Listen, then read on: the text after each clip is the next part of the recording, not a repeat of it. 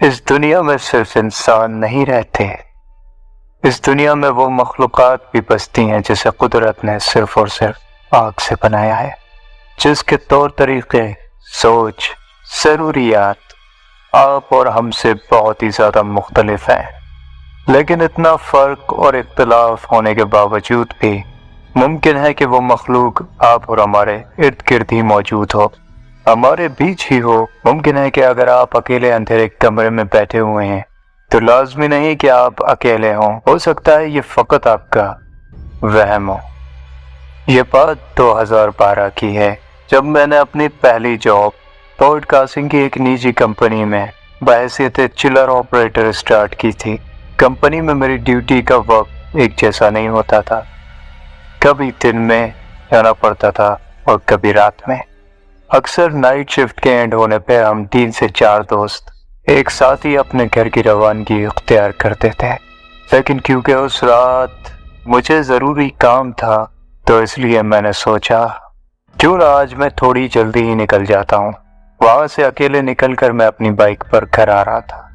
रात के तकरीबन कुछ 2:30 बज रहे होंगे कि अचानक ही मेरी बाइक एक ब्रिज के पास ख़राब हो गई।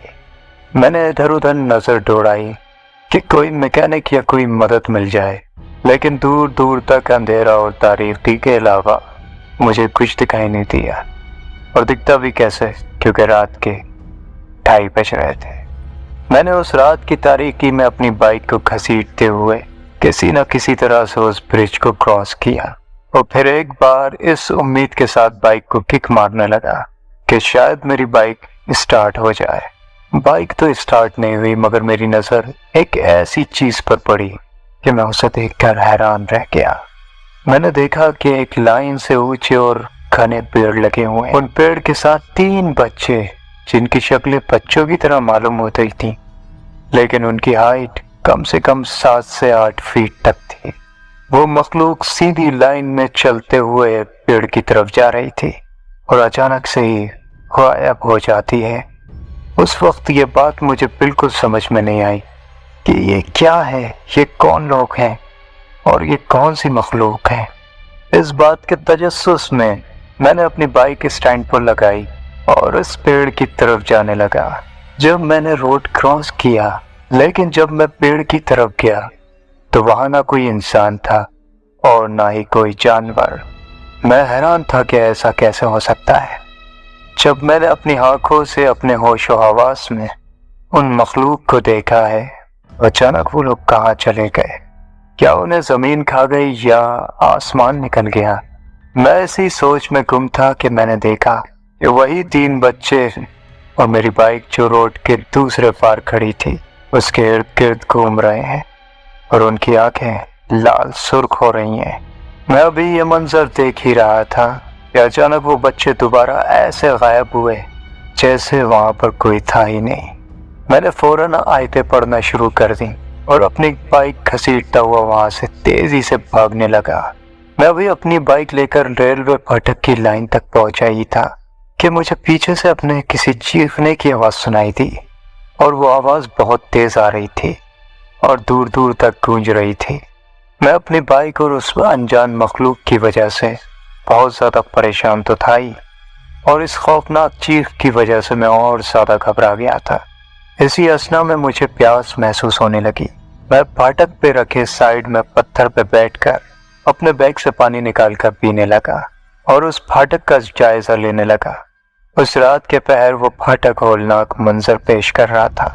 फाटक के दोनों साइड झाड़ियाँ और दूर दूर तक अंधेरा और सन्नाटा तारी था। मैं पानी पीने के बाद जब उठकर वहाँ से जाने लगा तो मुझे सामने से फिर वही 3 बच्चे दिखाई दिए, और इस बार वो चलते हुए मेरी ही तरफ आ रहे थे। मैंने हिम्मत की और उनसे बात करने की कोशिश की, लेकिन जब वो मेरे बराबर से गुजरे तो मुझे इस तरह घूर रहे थे कि जैसे मुझे कच्चा खा जाएंगे। आप सब यकीन करें, उन 3 बच्चों की आंखें लाल सुर्ख अंगारा हो रही थी। वो कोई इंसानी मखलूक तो हो ही नहीं सकती थी। मेरे एक बार और वापस पीछे देखने से वो एक बार और गायब हो गए। ऐसा लग रहा था जैसे वो मेरे साथ आग में चोली खेल रहे हैं। मुझे नहीं मालूम कि वो कौन सी मखलूक थी और वो मुझसे क्या चाहती थी, اور کیا بتانا چاہتی تھی؟ میں نے بس کلمات اور آیت الکرسی پڑھی اور وہاں سے بائک کو ساتھ لے کر بھاگا۔ ریلوے کراسنگ پار کرنے کے بعد تقریباً صبح کے 5 بج چکے تھے۔ خوش قسمتی سے مجھے موڑ پہ ایک چھوٹی سی میکینک کی دکان دکھائی دی۔ میں اس وقت اپنی دکان کھول ہی رہا تھا تو میں نے فوراً میکینک کے پاس اپنی بائک لگا دی اور ساری کہانی اسے سنائی۔ تو اس نے مجھے پھر کہا کہ بھائی، یہ بچہ آپ سے پہلے بھی بہت سے لوگوں کو دکھائی دے چکے ہیں، کیونکہ میری دکان صبح 5 سے رات 10 بجے تک کھلتی ہے، تو یہاں پر لوگ اکثر اپنے ساتھ گزرے واقعات کا تذکرہ آپ ہی کی طرح مجھ سے کرتے ہیں۔ میں نے بائک فوراً وہاں سے ٹھیک کرائی اور فوراً ہی اپنے گھر کو روانہ ہوا۔ گھر پہنچنے پہ مجھے کافی تیز بخار ہو رہا تھا۔ جب میں نے سارے معاملات گھر والوں کو سنایا تو میرے والد صاحب، جو کہ ایک نیک پرہیزگار تھے، پڑھنے پڑھانے والے آدمی تھے، انہوں نے مجھ پر آیتیں پڑھ کے دمکی اور بتایا رات کے اس پہر اکثر ایسی چیزیں گھوم رہی ہوتی ہیں اور اوپر سے وہ علاقہ ایک دم سنسان ہو، وہاں تو ایسی مخلوقات ہوں گی ہی نا۔ پھر میں نے اس کمپنی میں 2 سال تک جاب کی، لیکن ان 2 سالوں میں کبھی بھی اس واقعے کے بعد میں رات میں اکیلے اپنے دوستوں کے بنا گھر کے لیے واپسی نہیں نکلا۔ یہ پراسرار اسٹوری اصل میں ایک کراچی کے رہائشی عامر صاحب کی تھی اور انہی کی زبانی میں نے آپ کو سنائی۔ مجھے امید ہے کہ آپ کو یہ اسٹوری پسند آئی ہوگی۔